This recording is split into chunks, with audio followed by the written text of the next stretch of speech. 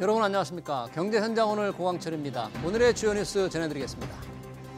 정부가 다자녀 가구 월세 세액공제와 자녀 세액공제 확대 방안을 담은 새 정부 첫 세법 개정안을 이르면 이달 말 발표합니다. 종합부동산세와 양도소득세 등 부동산 세제 강화 방안은 담기지 않을 것으로 보입니다. 다만 종부세 공정시장가격 비율이나 다주택자 양도세 중과 유예를 어떻게 할지는 불투명합니다. 문을 닫거나 창업을 포기하는 청년 사업자들이 늘고 있습니다. 올해 1분기 사업체를 운영 중인 30세 미만 청년 사업자는 35만 4,672명으로 1년 전보다 2만 6,247명 감소했습니다. 통계를 집계하기 시작한 2017년 9월 이후 가장 큰 폭의 감소세입니다. 미국에서 8월 1일부터 30%의 관세를 예고받은 유럽연합 EU는 일단 보복 관세를 연기하고 협상에 집중하기로 했습니다. 폰데어 라이언 EU 집행위원장은 14일 발효 예정이던 대미 보복 관세를 8월 초로 연기하고 EU 통상장관들의 의견을 모으겠다고 밝혔습니다. 똑같이 30% 관세를 부과받은 멕시코도 미국과의 협상 타결을 자신했습니다. 자사주를 의무적으로 소각하는 법안이 잇따라 발의되고 있습니다. 민주당 김남근 의원에 이어 조국혁신당 차규근 의원은 자사주를 취득한 날부터 6개월 이내 소각토록 의무화하는 상법 개정안을 발의했습니다. 투자자들이 반기는 자사주 소각 의무화 방침에 기업들은 긴장하고 있다는데 이어지는 집중진단에서 살펴보겠습니다. 경제 현장 오늘은 SBS BG앱과 유튜브에도 실시간 시청 가능합니다. SBS BG앱을 다운받아 시청하면 더 많은 정보와 뉴스를 볼 수 있습니다.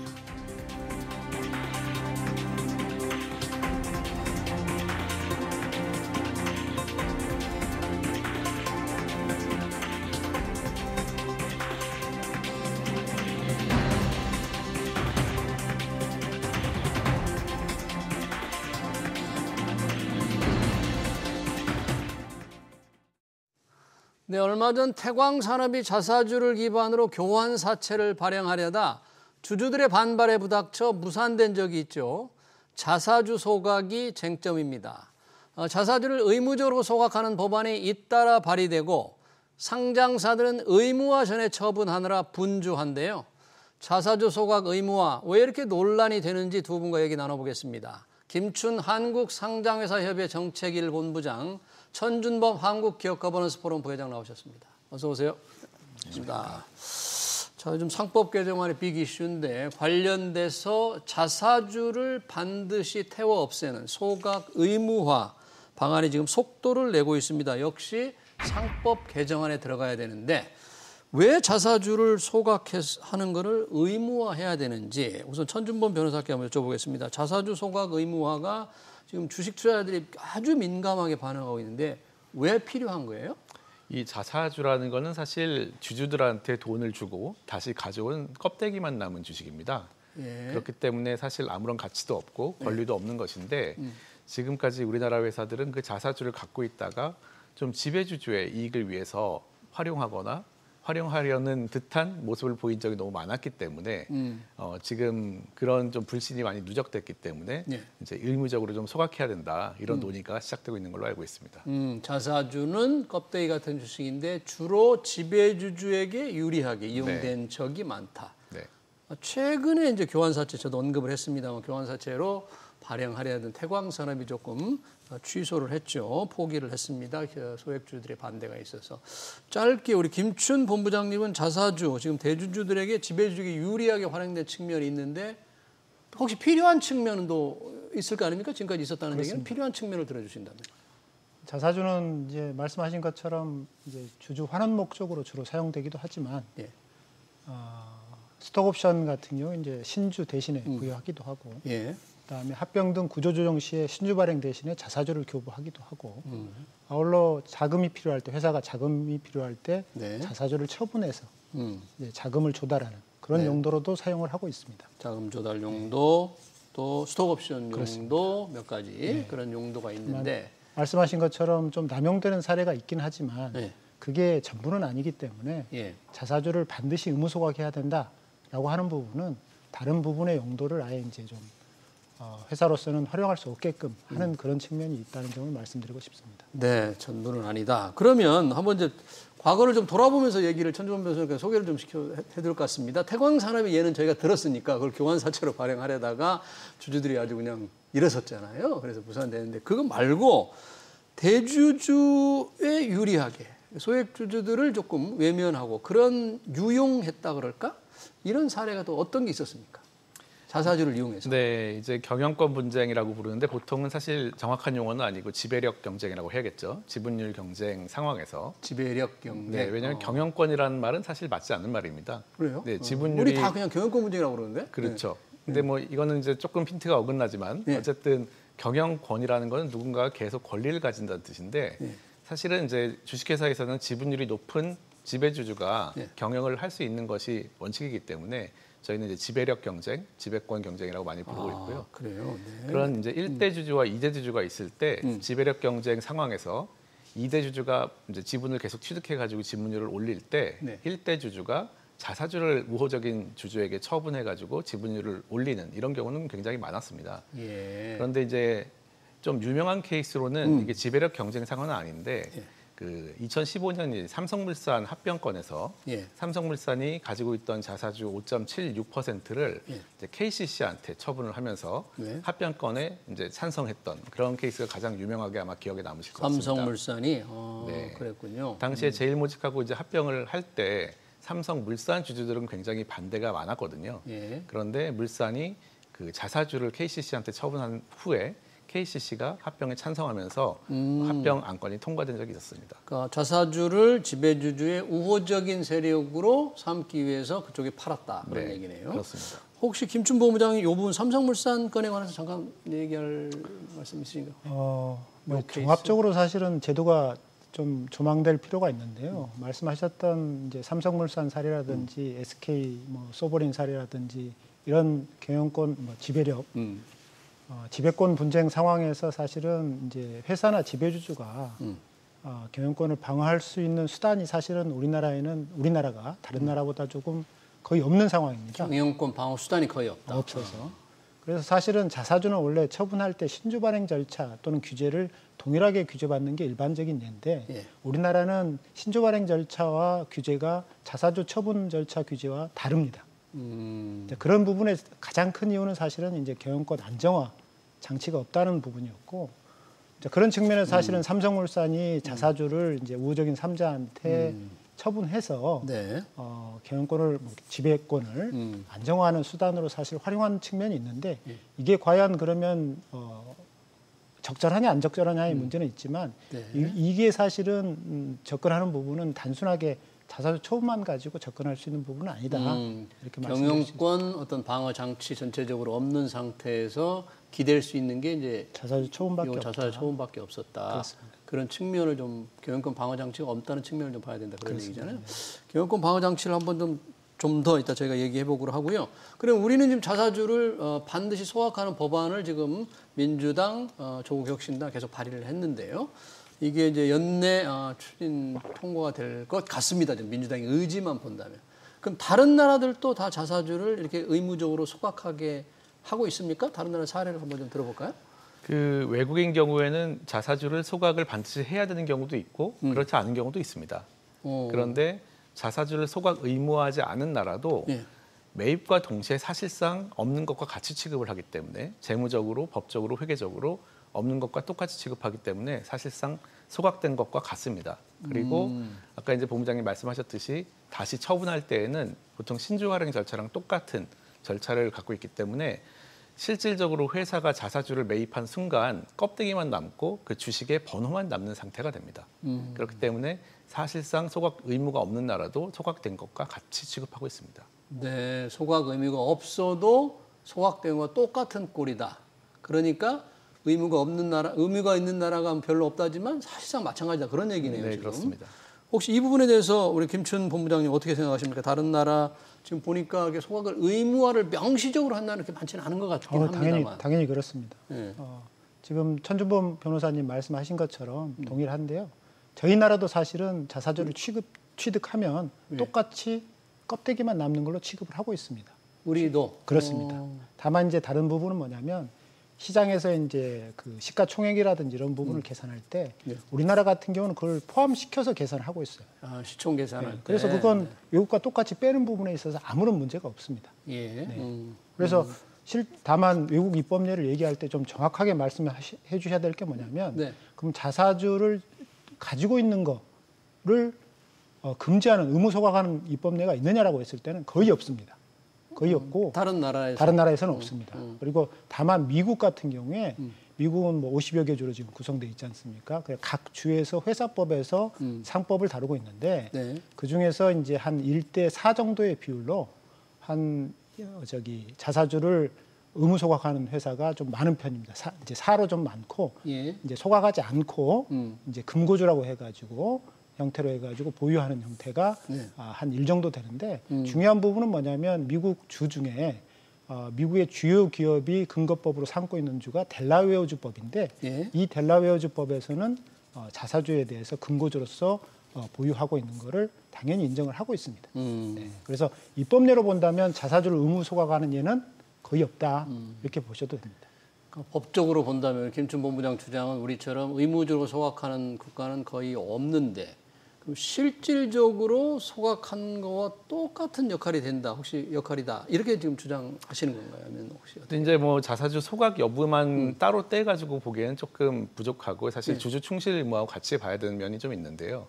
이제 외국에서 자사주를 소각을 하지 않고 보유할 수 있게 만들고 처분할 때 신주 발행 절차 준용하도록 돼 있는 이유는 미국 같은 경우에는 이제 주주 충실 의무가 완전히 정착되어 있기 때문에 갖고 있는 자사주를 지배주주를 위해서 쓸 수가 없습니다. 아, 이사가 이제 주주에서 충실하는 의무가 우리 이제 상법 개정 통과됐지만 정착이 돼 있어서.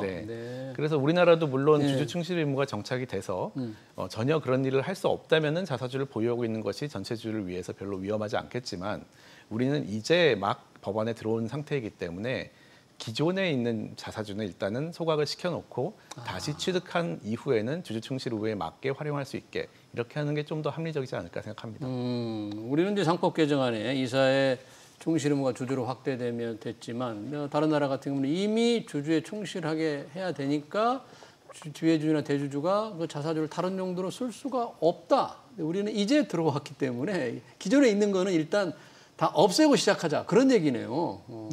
논리가 좀 괜찮습니까? 맞습니까? 다만 이제 그 자사주 소각 의무화하는 입법안 이제 특히 김남근 의원안을 보시게 되면 기존 자사주에도 동일하게 적용하겠다. 그러니까요. 라는 부분이 있습니다. 그러니까 앞으로 이제 취득하는 부분도 당연히 그렇고요. 그리고 이제 저희 나라도 이사의 주주에 대한 충실 의무가 도입이 될 것이고 이미 이제 통과된 거죠. 통과됐죠. 이제 공포하고 시행만 남겨두고 있는데 그렇게 되게 되면 당연히 유사한 규제가 동일하게 적용될 것으로 보는데 외국에서도 의무 소각하고 있지 않은데 그거를 시행도 안 됐는데 먼저 이거를 의무 소각하게 하는 법안이 과연 타당하냐. 이게 앞서 말씀드린 것처럼 자사주 취득 자체가 자사주의 활용 자체가 단순하게 주주 환원 측면만 있는 건 아니고 다른 측면의 활용 부분들이 있는데 이런 부분들에 대해서 어떻게 할 거냐라는 부분에 하나의 문제가 있고요. 다른 부분. 또 추가적으로 한 부분 더 말씀드리고 싶은 부분이 어떤 부분이냐면 저희가 자사주가 두 종류로 크게 나눌 수가 있습니다. 어떻게요? 배당 가능 이익을 통해서 취득한 자사주가 있고 주식 매수 청구권 행사 등을 통해 가지고 배당 가능 이익과 관계없이 취득하는 자사주가 있습니다. 그런데 우리 상법은 현재 배당 가능 이익으로 취득한 자사주는 언제든지 소각할 수 있도록 돼 있습니다. 배당 가능 이익으로 취득했으니까. 그런데 그렇지 않은 주식은 소각을 하려면 사실은 이것과 다르게 자본 감소의 절차, 즉 감자 절차를 거쳐야 됩니다. 왜냐하면 채권자 이익을 해하기 때문에 그렇습니다. 채권자 보호에 상충하기 때문에 그런데 이거를 상관없이 지금 나온 법안들 보면 회사가 취득한 자사주는 그 두 개와 상관없이 무조건 의무 소각하도록 하고 있는데 이게 사실은 기존 법령하고 어떻게 조화될 수 있을 거냐라고 하는 부분에서 좀 문제의 소지가 큽니다. 네, 그러네요. 이게 법적으로 굉장히 좀 기술적인 부분이어서 저희가 이 부분을 조금 더 깊이 들어가기는 좀 그렇고요. 우리 김춘 본부장 말씀은 여튼 여러 가지가 좀 문제가 좀 있다. 의무적으로 소각하는 게 여러 가지 고려할 사항이 있다 그러는데 투자자들은 뭐 대환영입니다. 이게 이미 예고될 때부터 관련 주가가 오르기 시작하고 있는데 왜냐하면 자사주를 많이 가지고 있는데 그게 없애버리면 주식 수가 줄어드니까 이제 주가가 오른다 이런 계산이잖아요. 그런 기업들이 좀 대표적인 기업들이 어디가 지금 많이 있나요? 뭐 일단 그런 측면도 있겠지만은 최근에 이제 자사주를 많이 가지고 있던 회사를 보면은 증권회사나 또는 이제 지주회사, 지주회사 또는 이제 중견기업 중에 유명한 뭐 조선내화나 조광피역 이런 40% 넘게 들고 있는 회사도 있습니다. 자사주 비율이 40%가 넘고요. 네, 굉장히 그런 회사들이 많은데 단순히 이제 주식 수가 줄어들기 때문에 주가가 오른다라는 재무적인 관점보다는 이제 자사주를 10%, 20%, 40%씩 들고 있다 보면은 이제 지배주와 지분율 경쟁을 할 수 있는 가능성 자체가 차단돼 버립니다. 언제든지 재산도에 처분할 수 있다는 생각을 하기 때문에 그래서 일반 주주들이 갖고 있는 이 주식의 의결권이라는 것이 굉장히 형해화되는 그런 우선주화되는 현상이 발생합니다. 그렇기 때문에 코리아 디스카운트의 굉장히 중요한 원인이고 지배력 경쟁 자체를 막는 시장의 활력을 떨어뜨리고 주가를 떨어뜨리는 그런 요인으로 지목돼 왔기 때문에 이런 자사주가 소각이 된다면은 이제는 시장에 좀 활력이 돌고 누구든지 이 회사를 더 잘 경영할 수 있는 사람이 더 비싸게 주식을 사가지고 지분을 취득할 수 있다. 그러면 지배력을 획득할 수 있다는 가능성이 생기기 때문에 주가에 활력이 도는 걸로 생각하고 있습니다. 지배력 경쟁, 우리가 그동안 얘기해온 이제 경영권 경쟁, 경영권 분쟁이 조금 활발하게 일어날 수 있다는 측면. 근데 자사주가 40% 이상 많은 회사들은 이 소각이 의무가 되면 정말 어떻게 해야 될까요? 40%는 굉장히 난감하겠습니다, 기업들로서. 일단은 앞서 말씀드린 것처럼 자사주가 여러 목적으로 사용하는 것 중에 이제 자금 조달이라고 하는 부분이 있기 때문에 자금 조달, 그 자산을 갖고 있어서는 사실은 이제 그게 소각되게 되면 회사가 자금 조달하려면 신주를 발행을 해야 되는데 그 부분이 사실은 좀 어느 정도의 규제 부분들이 있기 때문에 일단은 좀 팔려고 할 겁니다. 그래서 앞서 태광에서도 EB 발행을 통해 가지고 그거를 미리 팔아서 현금화하려고 하는 그런 부분이 있는데 현금화 팔아가지고 앞서 천준범 변호사님께서 말씀하셨던 부분이 약간 좀 앞뒤가 안 맞는 부분이 있는데 자사주를 지금 한 40% 가지고 있는 회사들이 자사주를 의무 소각한다. 그러면 그래서 주주 지배권 경쟁에 있어서 유동성이 떨어진다라고 했는데 의무 소각하게 되면 사실은 주식은 없어지는 겁니다.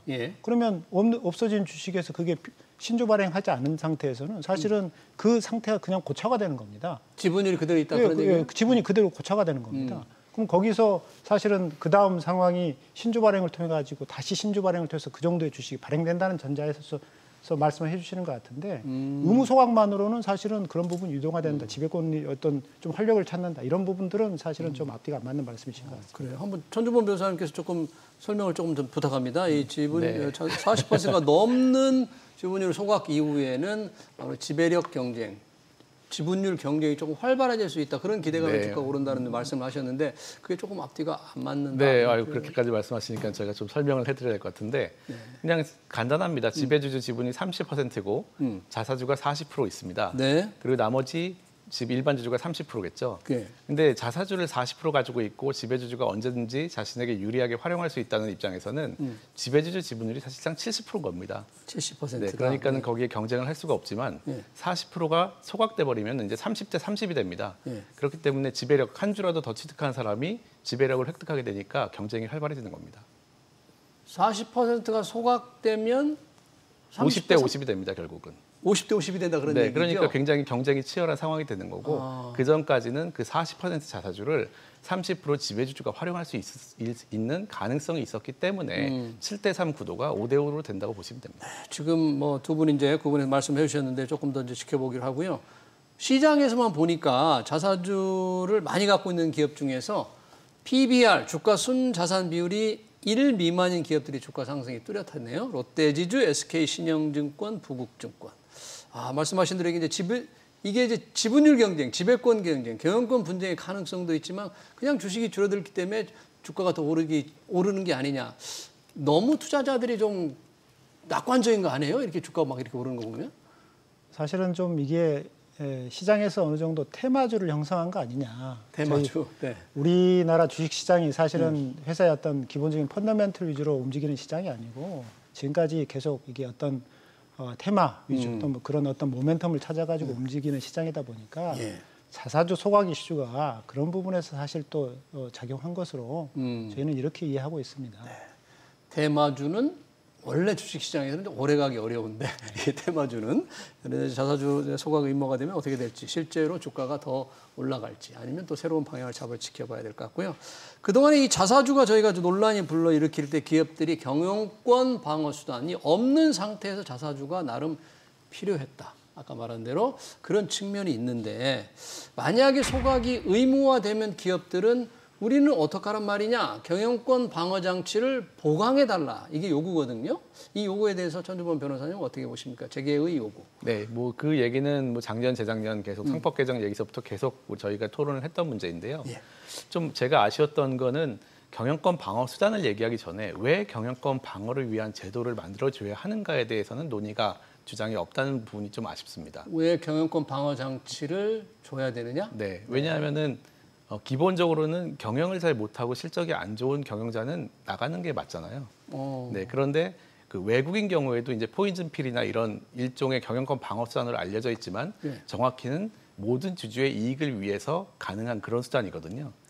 지금 포이즌 필 시청자를 위해서 신주 인수 선택권입니다. 기존 주주에게 시가보다 낮은 가격에 주식을 매입할 수 있는 권리, 그죠? 네. 그 포이즌 필도 우리나라에는 경영권 방어 수단으로 알려져 있지만은 사실은 법원에서 모든 주주의 이익을 위해서 그런 저가의 신주 발행이 괜찮다라고 인정을 받았기 때문에 허용된 그런 측면이 있습니다. 그건 먼저 한번 김춘 본부장님께 듣고 또 진행을 해보겠습니다. 네. 포이즌 필 우리는 경영권 방어 수단으로 재계가 요구한다.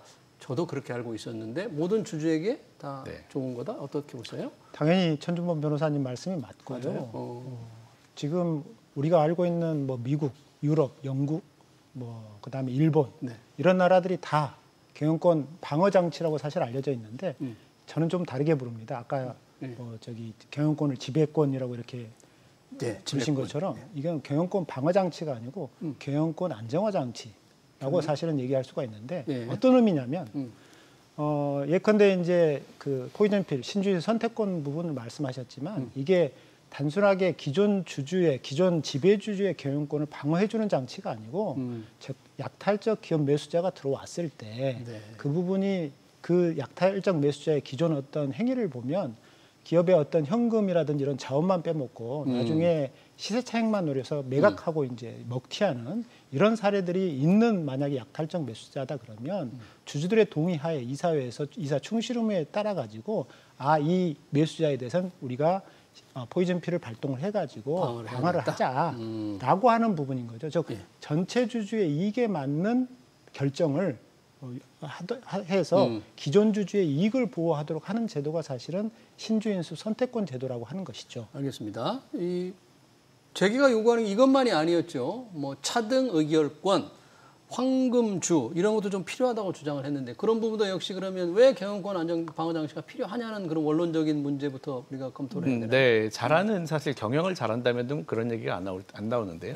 이제 경영이 잘 안 되니까 이제 주주들이 문제를 삼는 걸로 생각이 되고요. 차등 의결권이나 황금주도 거의 똑같습니다. 결국은 이제 정관 개정 정도의 동의를 할 수 있는 주주들이 동의를 해야지만 그게 정관에 반영되고 가능해지는 것이고요.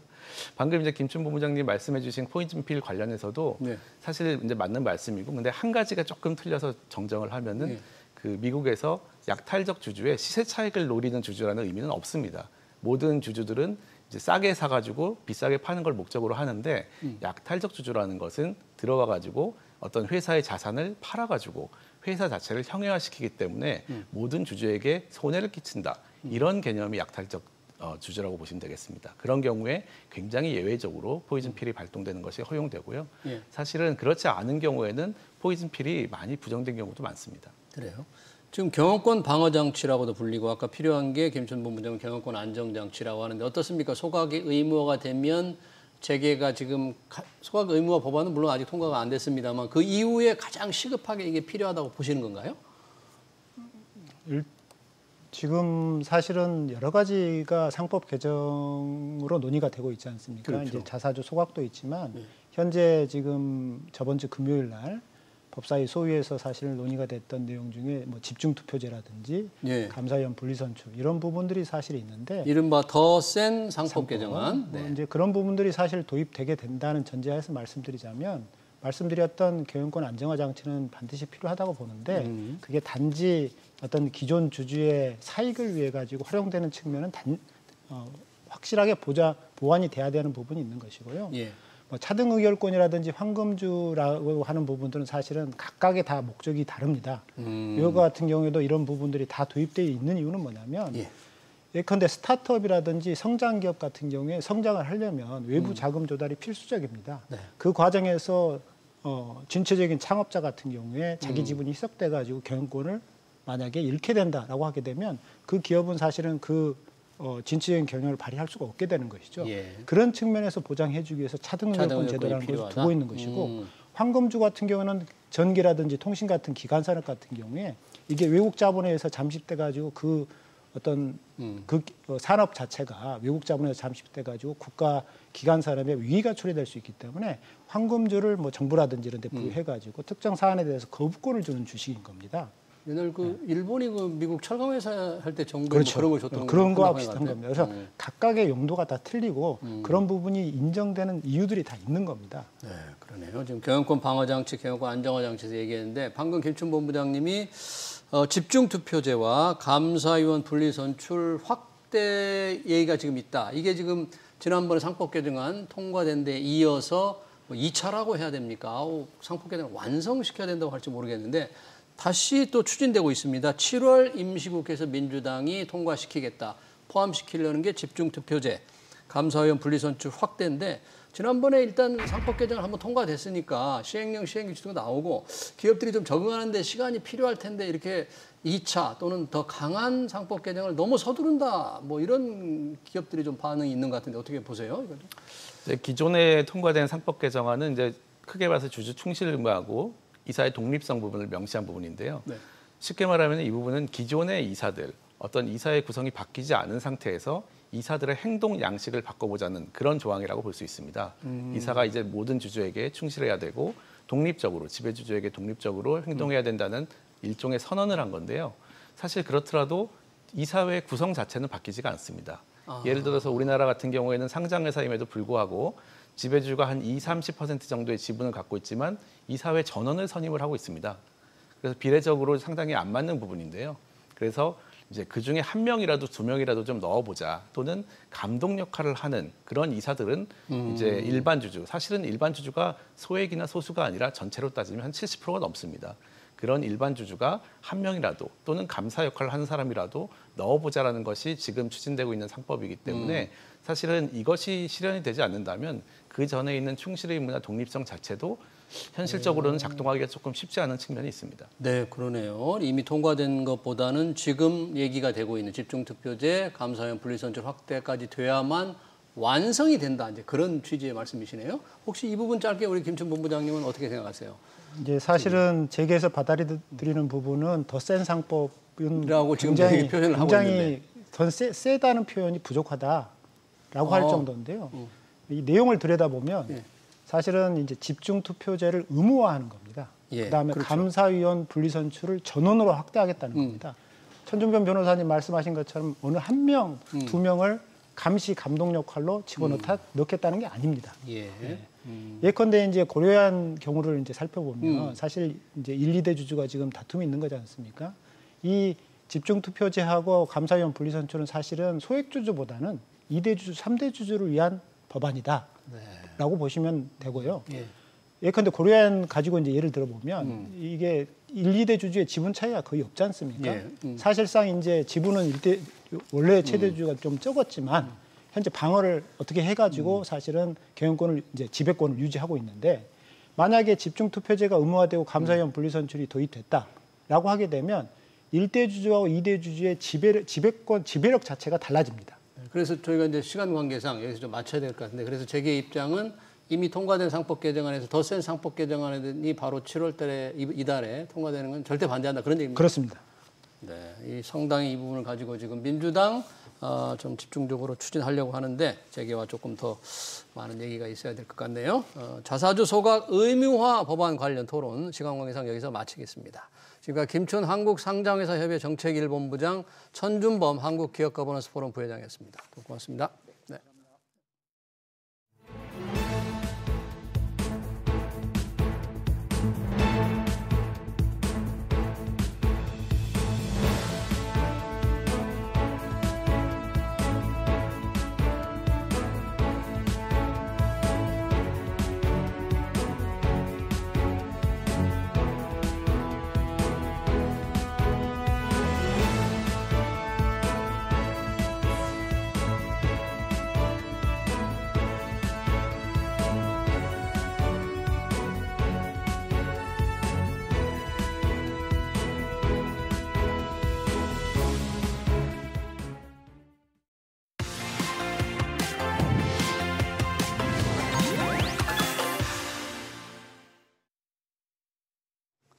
네, 글로벌 투자은행 JP모건이 한국 기업의 지배구조 개혁이 탄력을 받을 경우 향후 2년 내 코스피 지수가 5천까지 오를 수 있다는 전망을 내놨습니다. 그런데 너무 많이 올라서 불안 심리가 작용했는지 개인 투자자들은 코스피 하락에 베팅하는 인버스 ETF를 사들이고 있다고 하죠. 현재 증시 흐름 어떻게 해석해야 될지 홍춘욱 프리즘 투자자문 대표 모시기 들어보겠습니다. 대표님 어서 오십시오. 네, 안녕하세요. 우리 증시 지금 최근 한 달간 잘 가고 있는데 5천 희망을 이재명 대통령도 얘기를 했습니다. 5천이 가능할까? 의구심도 참 많았습니다만 JP모건 한국 기업의 지배구조 개혁이 탄력을 받을 경우 전제 조건이 있습니다만 2년 내 5천 혹시 어떻게 보셨어요, 이 분석?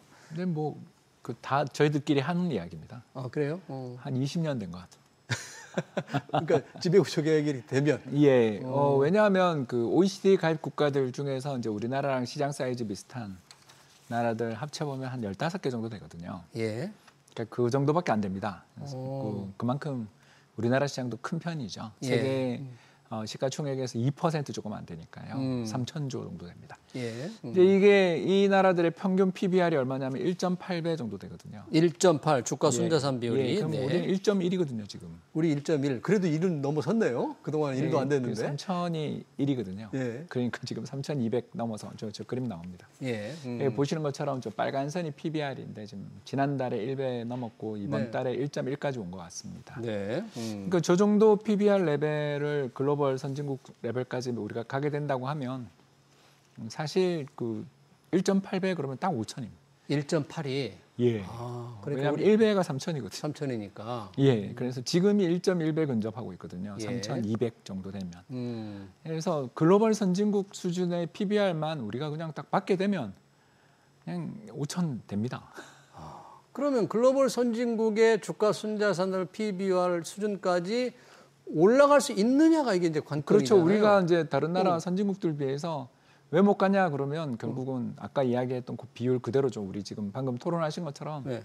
주주 보상 배율이 다른 글로벌 선진국 대비해서 딱 한 60%밖에 안 되기 때문이죠. 그러니까 전체 다른 나라들은 100원을 벌었다.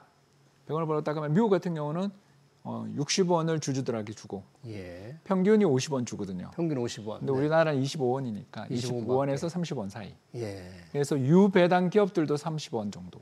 그러니까 이거를 만약에 어떤 이유로든 자사주 매입 소각을 하든 배당을 많이 주든 해서 글로벌 선진국 수준 비슷하게라도 가면 예. PBR을 굳이 그렇게 낮춰볼 이유는 없는 거죠. 그리고 이게 또 악순환을 일으켜요. 예, 왜냐하면 예. 주주들한테 보상을 주지 않으면 예. 뭐 예를 들어서 우리 100원 벌었는데 지금처럼 그냥 80원을 기업이 가져간다. 그러면 이제 북밸류가 쌓이죠. 예. 자산 규모가 쌓입니다. 근데 자산 규모는 쌓이는 데 비해서 그 쌓여 있는 자산을 얼마나 잘 활용하느냐는 경기에 달렸잖아요. 그걸 잘 활용해서 이익을 얼마나 내느냐. 그렇죠. 그게 아까 보여드린 그림인데 ROE 한번 그림 다시 보여주시면 감사하겠습니다. 네, 가지고 있는 자기 자산을 활용해서 이익을 얼마나 내느냐와 주가 순자산 비율 그래프가 지금 두 개로 다릅니다. 예, 빨간 같이 거, 저렇게 움직이죠. 파란. 예. 네. 그런데 저 파란 선이 중요합니다. 파란 선이 바로 ROE. 자기 자본 이익률입니다. 예, 그래서 왜 이제 중요한가요, 지금? 파란 저게 건? 이제 얼마나 돈을 잘 버느냐를 측정하는 거죠. 근데 우리가 지금 계속 하향하죠. 둘 다 우하향합니다. 둘 다 우하향하죠. 왜? 예. 자기가 경영을 못하는 기업들은 자사주 매입 소각을 하든지 아니면 배당을 줘서 주주들한테 돈을 돌려주면 될 걸. 네. 그냥 성과도 못 내면서 자산만 잔뜩 그런 기업들 되게 많죠. 사실 그 보유하고 있는 자산은 어마어마하게 많은데 이익은 못 내는. 이익은 못 내고. 예, 그런 기업들이 우리는 PBR을 낮추는 기업들이 굉장히 많죠. 뭐 대표적인 분야 한 번만 이야기하면 예. 교육산업. 교육산업. 그러니까 한번 생각해 보시면 예. 우리나라에 상장되어 있는 교육 관련돼 있는 기업들이 엄청나게 많은 자본을 가지고 있습니다. 자본은 많은데. 왜냐하면 전국 곳곳에 땅이 있죠. 그렇죠. 예, 그리고 섬유회사. 섬유회사. 그렇죠. 왜냐하면 면망적 공장들 또는 예, 뭐 봉제부터 시작해서 각종 수많은 땅이 있습니다. 예. 그런데 이익은 경쟁 속에서 치열한 경쟁 속에서 수익이 그렇게 잘 안 나죠. 예. 세 번째 금융회사. 금융회사들. 예, 앞으로 미래의 성장 가능성은 그렇게 없죠. 내수시장에서 벗어나서 글로벌 탑티어가 된 금융회사 우리 본 적 없잖아요, 아직. 그렇죠. 예, 그런데 비해서 보유하고 있는 자산은 어떻습니까? 많다. 전국 곳곳에 금융회사들이 가지고 있는 사옥이 얼마나 많은지 금방 느끼실 것입니다. 자, 이런 기업들이 우리나라에 어마어마하게 많습니다. 여기다 전력, 유틸리티까지 하면 더 되고요. 네. 당장 여의도에 한전 사업 그렇게 크게 있는 거 보면서 이상한 느낌 안 드세요? 네. 여기 왜 필요하지? 왜 필요하냐? 명동에. 예. 그러니까 어마어마한 자산들을 가지고 있어요. 근데 그 자산들을 가지고 있으면서도 여러 가지 규제. 예. 금융권 같은 경우는 BIS 기준 자기 자본 비율 맞춰야지. 정부 규제. 예, 정부 규제 들어가고 또 뭐 경제 좀 나빠지기만 하면 국민 행복기금 이런 거 만들어 가지고 돈 20조 태워. 20조 어. 태워 그리고 손실률 90%.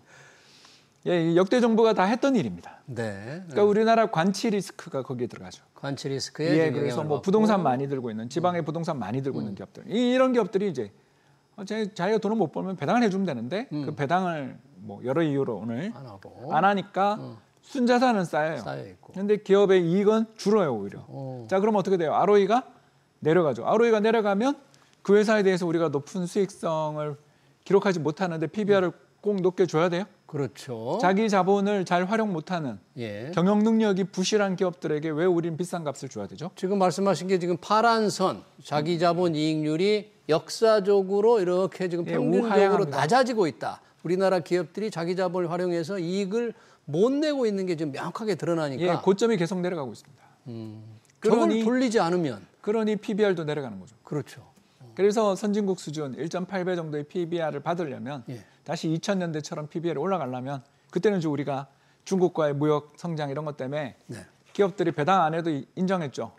경제가 성장하는데 중국을 제2의 내수 시장으로 하면서 투자하니까 봐줬어요. 근데 지금은 그렇게 우리 성장이 없잖아요. 근데도 이익을 못 내면서도 자기 자본을 끌어안고 전부 다 웅켜만 쥐고 있잖아요. 왜? 상속세 절감하려고. 우리 다 알고 있는 이야기잖아요. 네, 그러네요. 그리고 더블 카운팅 시키고 또는 뭐 물적 분할하고. 자, 아무튼 이런 여러 가지 그 팁들을 우리나라 글로벌 대기업들부터 다 같이 썼기 때문에 저는 뭐 누가 좋다 나쁘다라는 말은 이제 하고 싶지 않고요. 핵심은 저 ROE를 높이는 방식으로 경제를 성장시키면 되는데 이게 두 가지가 있잖아요. 자기 자본 이익률을 높이는 방법 두 가지 뭡니까? 예, 정말 혁신 성장 경제가 되던가 아니면 저렇게 유휴 자산들을 주주들한테 주면 되죠. 주주들한테 북밸류를 낮추면 되잖아요. 그러면 우리 기업 지금 ROE 자기 자본 이익률이 역사적으로 낮아지는 가운데에서도 그나마 이익을 앞으로 더 낼 수 있을 거라는 업종들, 그러지 않을 업종들은 몇 개 말씀해 주셨잖아요. 낼 만한 좀 관심 있는. 이제 미래가 없다라는 게 아니라 PBR이 낮은 이유를 이야기했죠. 그러니까 앞으로 좀 괜찮아질 수 있는 좀 관심이 있는 업종들은 어떤 게 있어요? 세 가지 업종밖에 안 보여서 이게 걱정이죠. 세 가지 어떤 겁니까? 그러니까 조선, 방위, 전력. 방산, 전력. 이 세 가지 업종은 이게 굉장히 미래가 밝죠. 왜냐하면 트럼프가 저러고 있는데 솔직히 말해서 군사비를 안 쓸 방법이 없고 우리도 미국이 국방비 100조 주느니 100조 달라고 그러고 있거든요. 죄송합니다. 100억 불 달라고 그러고. 그래서 15조를 주느니 차라리 우리가 그러면 전력 기계화에 더 쓰고 우리가 무기 개발하자. 이렇게 나올 가능성도 있는 거고. 물론 여기서 바로 미군이 나간다 그러면 이제 큰일 나겠지만 일단 저런 압력이 계속된다면 우리가 더욱더 자주 국방을 하지 않을 수가 없고 더 나가서 이란과 이스라엘에서 보는 것처럼 지역의 패권을 노리는 지역 패권을 노리고 있는 그런 국가들이 과연 앞으로 전쟁을 계속 안 할 것인가. 이제 계속 할 거라고 보여지면 전쟁용 물자 늘어날 것이고 조선 뭐 말할 필요가 없는 게 미국은 아예 이 산업이 없으니까 무역 제재를 할 리스크가 방법이 없죠. 그리고 지난해 올해 전 세계 그 조선 발주량 보면 70-80%를 중국이 잡고 있어요. 그러면 미국이 알아서 중국을 때려주고 있는 환경에서 우리나라 수출 조선 회사들의 경쟁력들을 더욱더 개선시킬 수 있는 노력만 좀 있다고 생각되면 중국 견제에 대한 목소리는 앞으로 태양광이 갔던 길을 가지 않기 위해서라도 한국을 키울 수밖에 없는 상황이고 우리나라 기업들 충분히 경쟁력이 있다. 전력은 얼마 전에 스페인 대정전 보셨잖아요. 그렇죠. 태양광 발전의 채산성들이 너무나 개선돼서 그러니까 그 1메가와트당 10년 전에 얼마 정도 비용이 들었냐면 700불 정도 했습니다. 태양광 발전 그 패널이 지금 100불 안 해요. 그 1메가와트의 시간당 전력을 생산할 수 있을 정도의 그 태양광 패널의 가격이 그만큼 떨어지고 있다라는 거는 앞으로 이제 무슨 일이 생기냐면 여름만 되면 어마어마한 과부하가 생긴다. 그래서 당장 우리나라 제주도 그리고 미국의 캘리포니아 같은 곳에는 여름 낮 시간에 전기요금 제로가 나오고 있고 실제로 미국 같은 경우는 마이너스 물가까지 가고 있습니다. 그러네요. 보조금을 받아야 되니까. 이 모든 걸 생각하면 전력망에 대한 대대적인 투자가 필요하고 필수적이다. 그런데 이제 나머지 업종은 이제 우리가 많은 그 고통을 겪어야 되는 업종들도 보이고 또 경쟁을 더욱더 강화하기 위해서는 어마어마한 투자가 필요한 업종들도 있고 그렇지만 사실상 슬기로운 후퇴가 필요한 업종도 있잖아요. 그런데 우리나라는 슬기로운 후퇴가 필요한 업종조차 그 상속세 문제가 해결될 때까지는 그냥 그러고 가잖아요.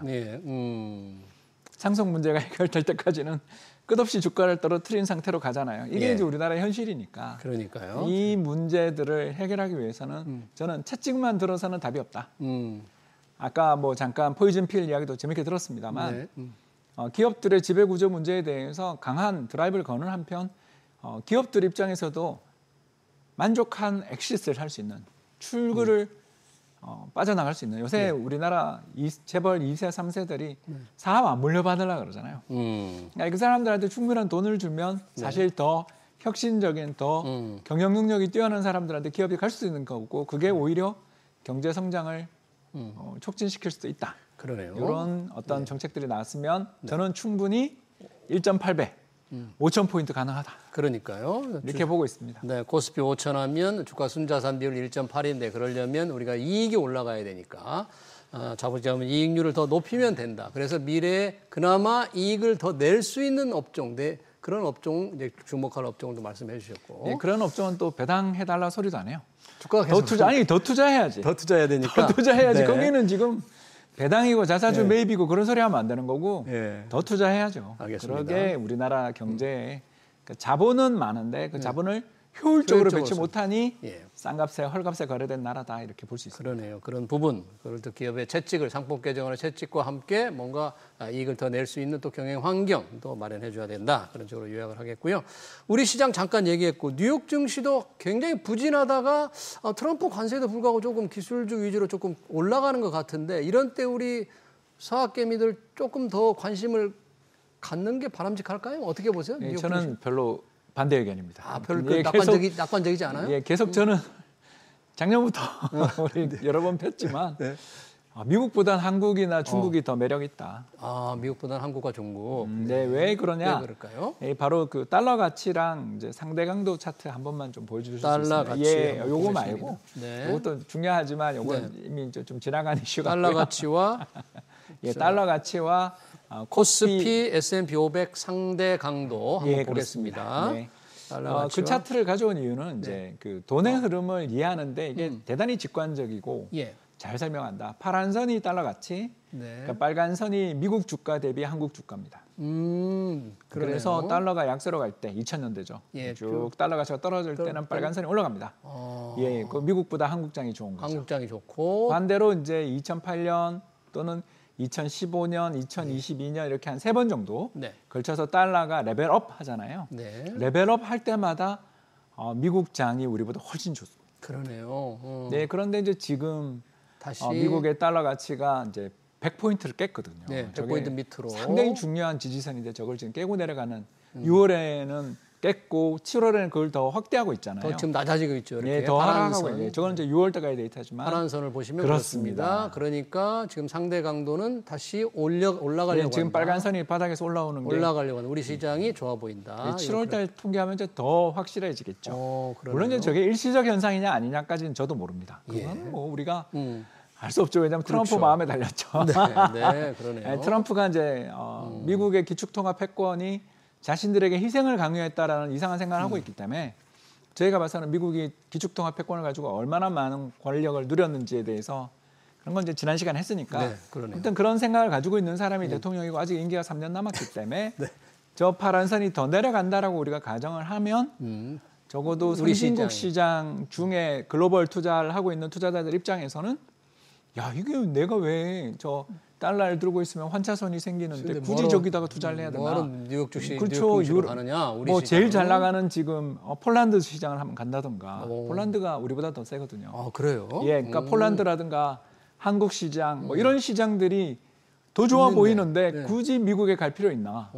우리 서학개미들 잘 들으셔야 되겠네요. 지금 달러 가치가 아니, 떨어질 한 때. 차선에 생각해야 된다. 한 차선. 아니, 그러니까 종목을 피킹하는 능력에 있어서 기가 막히게 엔비디아를 저점에 잡은 분들은 이런 이야기 들 필요 없죠. 그건 저도 안 되는 거고. 네. 다만 우리는 미국장 계속 갈 수밖에 없어 라고 이야기하시는 분들한테 보여드리고 싶은 차트가 그러네요. 미국 달러가 강세라 벌어진 일이지 미국 경제가 그렇게 도전받지 않은 권위를 누리던 시기가 지금 미국 스스로가 자신을 파괴하고 있는 중이니 네. 달러의 가치를 파괴하고 있는 중이니 그러네요. 네. 그거에 대해서 한번 좀 생각해보자 이런 이야기로 들어주시면 감사하겠습니다. 네, 미국 시장에 관심 있는 분들 달러 가치가 하락세로 돌아섰을 때 우리 시장과 미국 시장의 이 상승 상대 강도를 좀 보시고 판단을 해야 될 것 같고요. 그동안에 금 투자에 대해서 많은 얘기를 해주셨는데 최근엔 금값이 조금 별 정체 상태처럼 보입니다. 그래도 좀 투자 유망 종목으로. 저는 뭐 금 되게 좋아하는데요.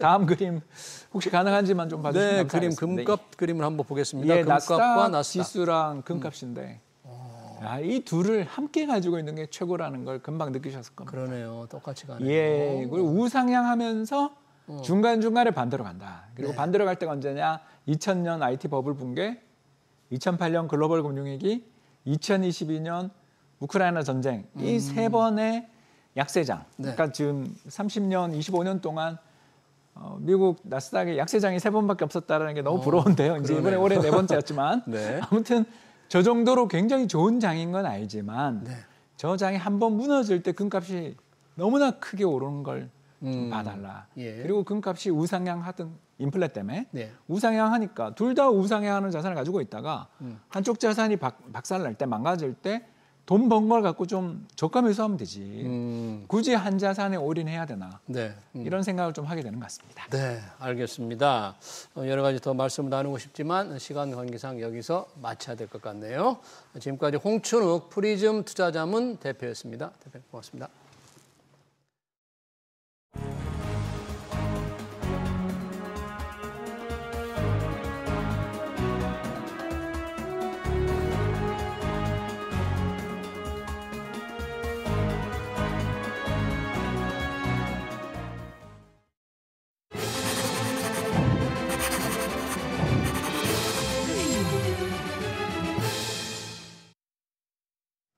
네, 민주당이 추진하는 자사주 소각 의무화 법안에 기업들이 긴장하고 있습니다. 원래 상법에는 자사주 취득이 원칙적으로 금지돼 있었죠. 이명박 대통령 시절인 2011년 경영권 방어론에 필요하다는 재계의 요구를 수용해 자사주 취득을 허용했고 소각 의무화는 빠졌습니다. 14년 만에 대수술을 앞두고 있습니다. 시장은 환영합니다. 재계는 다시 경영권 방어 장치의 필요성을 강조합니다. 균형 잡힌 접근이 필요합니다.